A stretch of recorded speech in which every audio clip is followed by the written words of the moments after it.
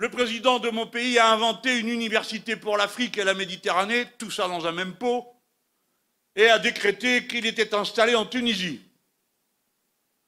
Le résultat, c'est que certes, on a augmenté le salaire de celui qui s'en occupait, mais pour finir, nous avons 52 inscrits. C'est un début, vous me direz, mais enfin, au tarif où est le frais d'inscription, tout le monde avait cru que c'était une université publique. Non, c'est une université privée, parce que les libéraux sont comme ça. Hein, même poil, même bête, quelle que soit la nationalité. Celle-là de francophonie est condamnée parce que vous la sentez arriver à 1 kilomètre, comme une combine offensante pour l'esprit. C'est donc autre chose qu'il faut créer avec la langue commune. D'abord, il faut assumer que ce soit un bien commun. Et il faut donc se battre pour qu'elle le soit, qu'elle ne soit pas confisquée. Et que l'on comprenne, surtout dans mon pays, ça c'est pas pour vous,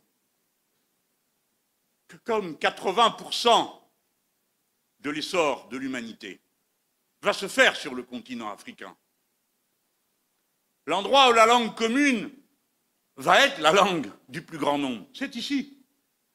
Et alors, ça nous intéresse d'une manière que je veux formuler devant vous, parce qu'elle me paraît être en rupture absolue avec ce qui a été dit jusqu'à présent.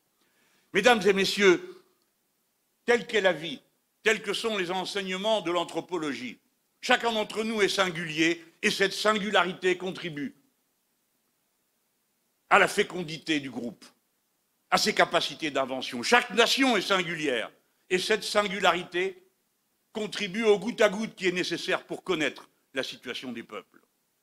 Mais en même temps que ces singularités additionnées permettent la vie commune, il faut qu'il y ait des principes communs universels. Ces principes sont contenus dans la Déclaration des droits de l'homme et du citoyen. Je rappelle toujours qu'il y a et du citoyen, parce que qu'est-ce qu'un droit sans ceux qui ont le pouvoir de le faire respecter? Rien, tout simplement. La Déclaration des droits de l'homme et du citoyen est imprescriptible, non négociable, et elle définit l'universel. Mais entre le singulier et l'universel, il y a un vide dans lequel il a été possible d'utiliser l'universalisme comme une manière de juguler les différences et de faire se tenir tranquilles ceux qui n'avaient pas l'intention de le faire. Bref, l'universel a été, une fois et l'autre, l'argument d'une oppression. Et nous devons lever cette difficulté. Un poète français, Édouard Glissant, martiniquais, a proposé une formule que pour ma part, je crois géniale. Notez que c'est un poète, un philosophe qui l'a trouvé. Il dit, il y a dans la vie quelque chose de plus fort que tout. C'est un principe qui anime les sociétés, c'est un principe de créolisation. Le mot fait horreur aux puristes xénophobes et racistes, qui entendent dans le mélange quelque chose d'affreux que les psychiatres savent parfaitement distinguer et nommer. Je ne dirai pas ici, mais pour eux, c'est l'abomination. Mais la créolisation n'est pas un projet politique. La créolisation est un fait. Il consiste dans une synthèse qui s'opère au fur et à mesure de l'existence entre les cultures. Personne ne domine personne, et à la fin, on a un mélange qui peut consterner. Les racistes de mon pays et les xénophobes sont les premiers surpris quand je leur dis que le plat préféré des Français, c'est le couscous.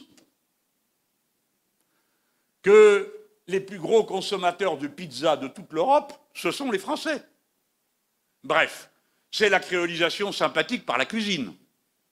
Mais vous comprenez la portée bien plus large du concept. Si bien que, voici ce que j'ai à dire.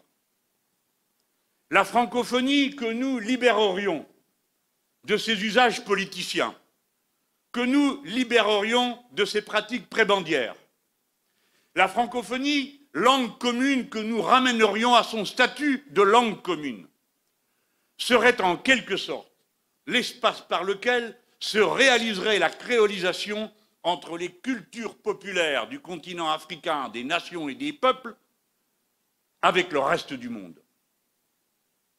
Aussi bien, puisque c'est une réalité, elle sera ce terrain. Dès lors, il faut renoncer, selon moi, à une vision officialiste de la langue commune et de la francophonie. La francophonie, la langue commune, ne peut pas avoir d'existence en dehors de ce à quoi elle sert. La langue n'a pas de sens en dehors des messages qu'elle porte. La langue commune de même. Elle se viderait instantanément de toute performance si elle devait être autre chose qu'une langue d'opinion et de projet commun. J'en appelle donc à une langue commune francophone qui soit une langue d'opinion et de projet. Tant et si bien qu'à cet instant, c'est mon tour de vous interpeller, avant que vous le fassiez vous-même, pour vous dire la citoyenneté n'a de sens qu'active. Si elle est inactive, elle n'est pas seulement inactive, elle est inutile. La citoyenneté ne vit que dans l'engagement, et alors la langue doit nous permettre cet engagement. Les batailles communes que nous avons à mener, les voici. Ne sommes-nous pas dans la crise sanitaire? Le principal problème qui nous est posé n'est-il pas, une fois de plus, l'accaparement par les grandes puissances des moyens de santé, comme les vaccins, pour essayer d'atténuer la violence du choc que reçoivent nos sociétés? Alors il y a une bataille universelle. Dorénavant, tous les pays du continent africain ont appelé à la liberté de circulation de la licence sur les vaccins. J'ai été dans mon pays le premier responsable politique à y appeler, aussitôt après que l'Afrique du Sud et quelques autres pays aient demandé qu'on prenne cette décision. Et puis, nous avons été, avec l'ex-président Lula du Brésil, les premiers à mettre en circulation une pétition. Nous avons besoin d'une mobilisation francophone pour la liberté d'accès aux vaccins. Et je veux dire, pour que les choses soient bien entendues, à quel point je déplore la position changeante, mais finalement assez constante quant à ses résultats, de mon pays. Après avoir dit que cette liberté n'était pas le sujet, dès lors que le nouveau président des États-Unis a dit que ce serait bien, le mien a aussitôt enchaîné pour dire que ce serait parfait. Avant de faire exactement l'inverse, c'est-à-dire de revenir à la position antérieure et dire de toute façon, dorénavant, c'est comme auparavant, on ne fera rien. Et voilà comment la France s'est retrouvée agglutinée avec les pays radins, égoïstes, qui sont là au service des grandes multinationales et du Big Pharma pour dire non, pas de licence libre. À l'Organisation mondiale du commerce, mesdames et messieurs, les vaccins sont maintenant redevables de l'Organisation mondiale du commerce.